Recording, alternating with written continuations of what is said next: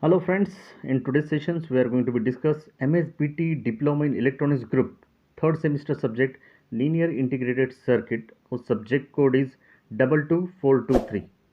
We have started with the first chapter, Fundamentals of Operational Amplifier, Op-Amp. I, Sachin Jagdale. In previous video, we have discussed about the introduction, operational amplifier, circuit symbol and terminals, ideal differential amplifier, and the block diagram of typical op-amp. In today's session, we are going to be discuss about definitions of op-amp parameters, that is the characteristics. If you have not seen the first video yet, the link of the video is being given in the description. Please follow the link and then watch this video on the characteristics of op-amp. Let us begin with the topic. When we are learning the op-amp characteristics, we should understand the how the op-amp equivalent circuit is look like.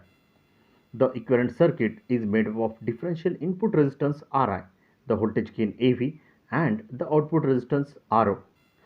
All these parameters Ri, AV, and RO are called as open loop parameter because that moment we are not connecting any feedback. The equivalent circuit of op-amp is look like this, which is having two input terminals. One is called as non-inverting V1, another is called as inverting V2. In between these two input terminals, there is an input resistance Ri. The output resistance RO is connected between output with respect to the ground.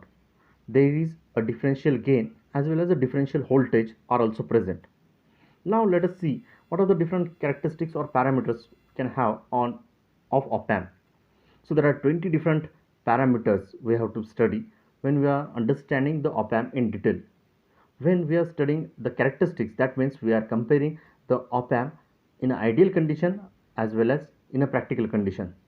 So what are the different characteristics we are going to be learn? They are nothing but first open loop voltage gain AV, differential input resistance Ri, output resistance RO, input capacitance Ci, input offset voltage VIOS, output offset voltage VODS, input bias current IB, input offset current IIOS, then common mode rejection ratio CMRR, power supply rejection ratio, slew rate, bandwidth, gain bandwidth product, large signal voltage gain swing, output voltage short circuit current, supply voltage, supply current, offset voltage adjustment range, and the input voltage range.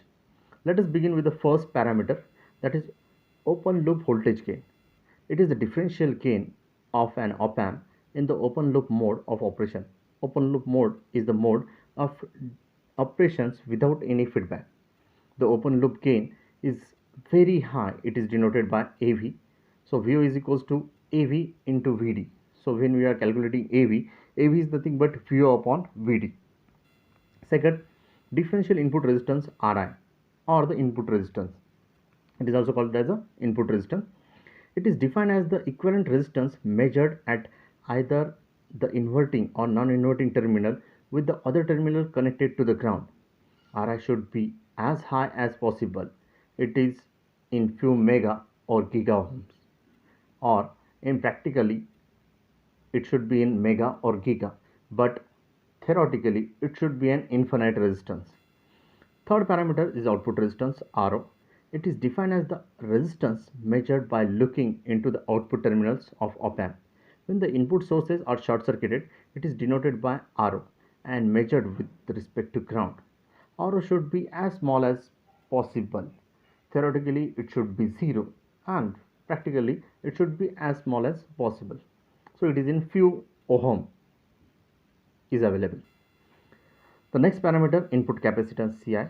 The input capacitance Ci is the equivalent capacitance measured either the inverting or non-inverting terminal with the other terminal connected to ground. Ci should be as small as possible. Let's continue the next parameters.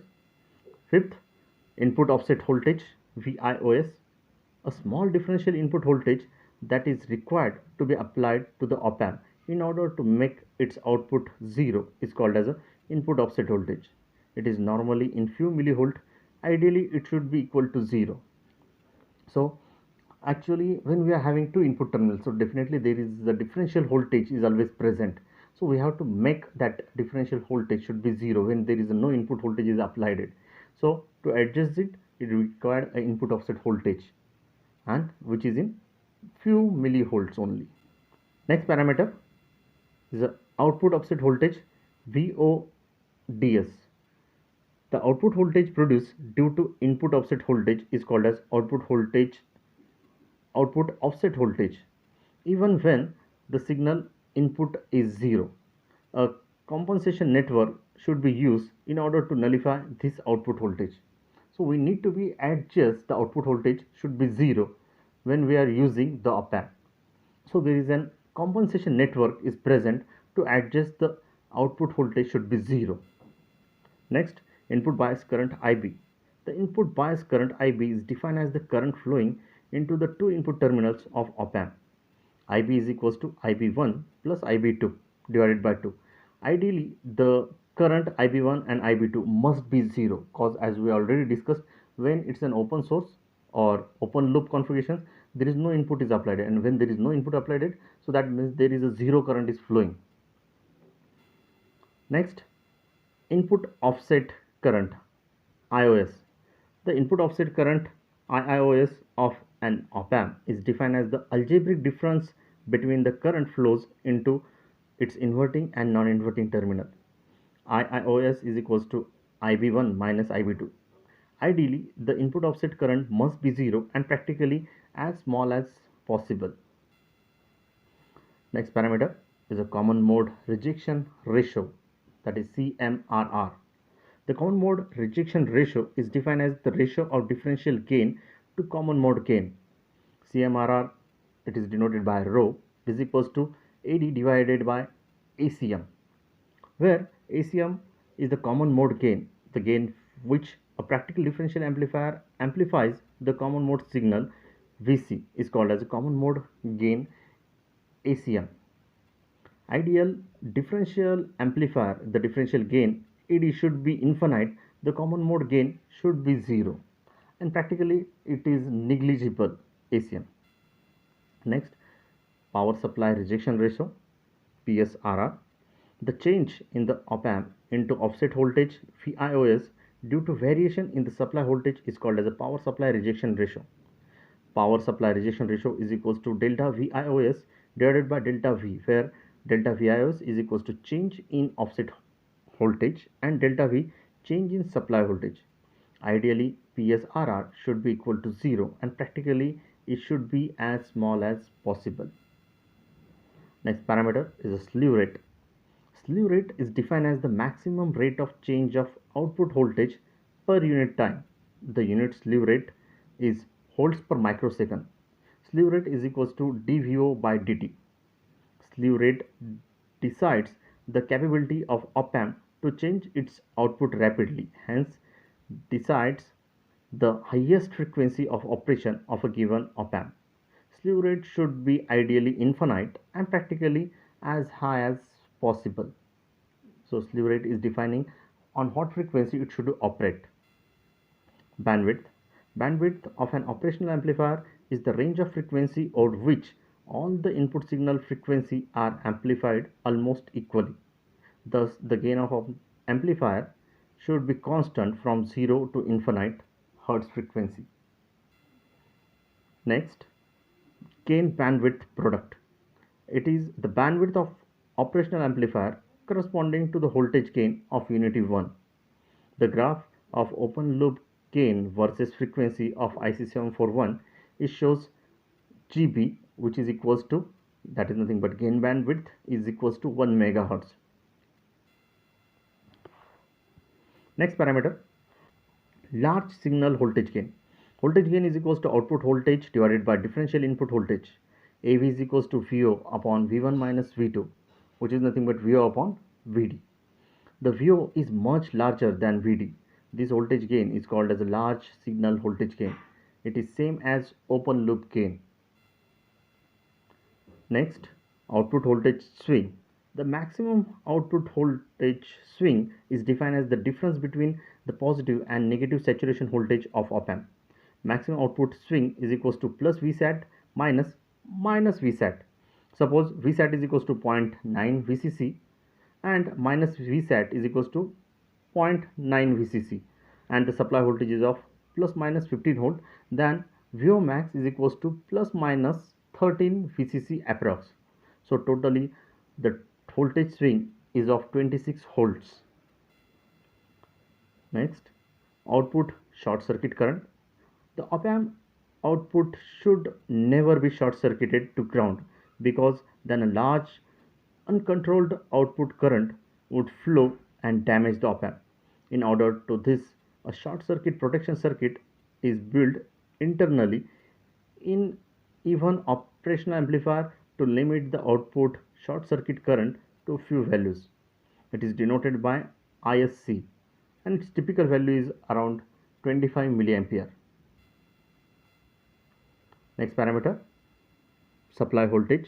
Some of the op-amp use a dual power supply and some use single polarity power supply voltages. The dual supply is typically equal to plus minus 15 volt. Single polarity supply voltage is typically 12 volt or plus 15 volt are available. Supply current. Supply current IS is defined as the current drawn by the op-amp from the power supply. It is typically value of 2 to 3 milliampere. Next parameter, offset voltage adjustment range. The offset voltage range is defined as the range through which the input offset voltage can be varied by varying a 10K potentiometer. Typical this range is few millivolt for IC741, and it is plus minus 15 millivolt. This is the diagram where the pin number 1 and in pin number 5, in between these two terminals there is a potentiometer is connected. This potentiometer, when we are adjusting this potentiometer, we are adjusting the offset voltage, output offset voltage to the 0, and that potentiometer is of 10 kilo ohm potentiometer. The last parameter is input voltage range. The input voltage range is defined as the maximum common mode input voltage that can be applied to operational amplifier without disturbing its normal operation. For IC741, the range of input voltage is plus minus 13 volts maximum. So these are the different parameters of op-amp. Now let us understand the op-amp parameters to be considered for various applications. When we are talking about the AC applications or DC applications, which parameter we have to be considered for the applications. So here for AC applications, consider the following parameters, and for DC applications we have to consider the following parameters.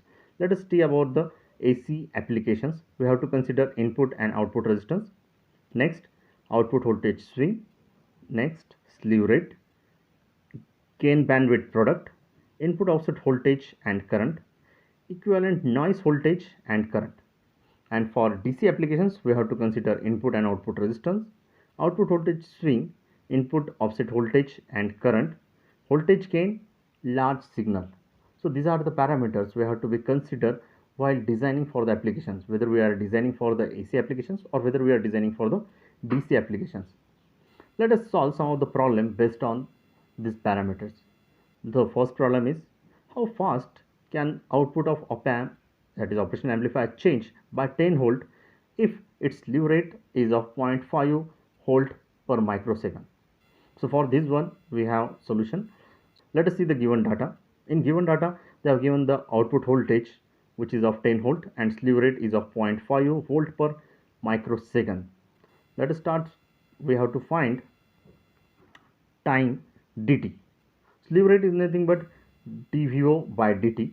So according to that one we are having slew rate as well as dVo. Only we have to calculate dt. So dt is equals to 10 volt divided by 0.5 volts per microsecond, which is nothing but 20 microsecond. So dt, that is nothing but 20 microsecond. Let us solve the another problem. Assume operational amplifier has IB1 is equals to 400 nanoampere and IB2 is 300 nanoampere. Determine the average bias current IB and offset current IOS. For this one we have to be, first given data is IB1 and IB2 400 and 300 nanoampere respectively. We have to find the average current IB and offset current IOS. First let us start to calculate the average bias current. So for our bias current, IB is nothing but IB1 plus IB2 upon 2. So 400 plus 300 divided by 2, which is nothing but 350 nanoampere. Now let us calculate the offset current. So offset current is nothing but IOS is equals to IB1 minus IB2. So 400 minus 300 is nothing but 100 nanoampere.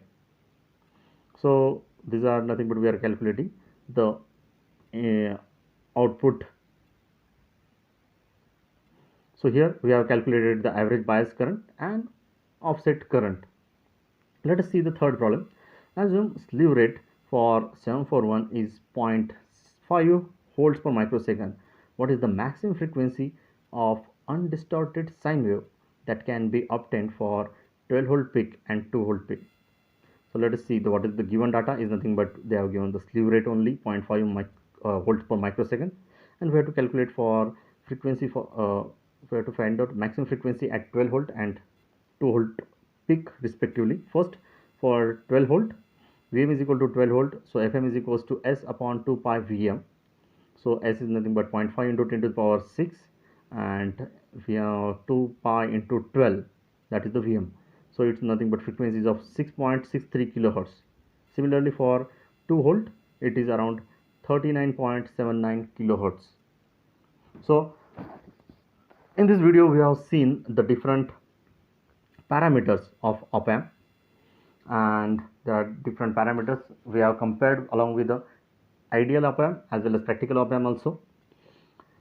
In the next video, we are going to see the voltage transfer characteristics and op-amp IC 741. Thank you.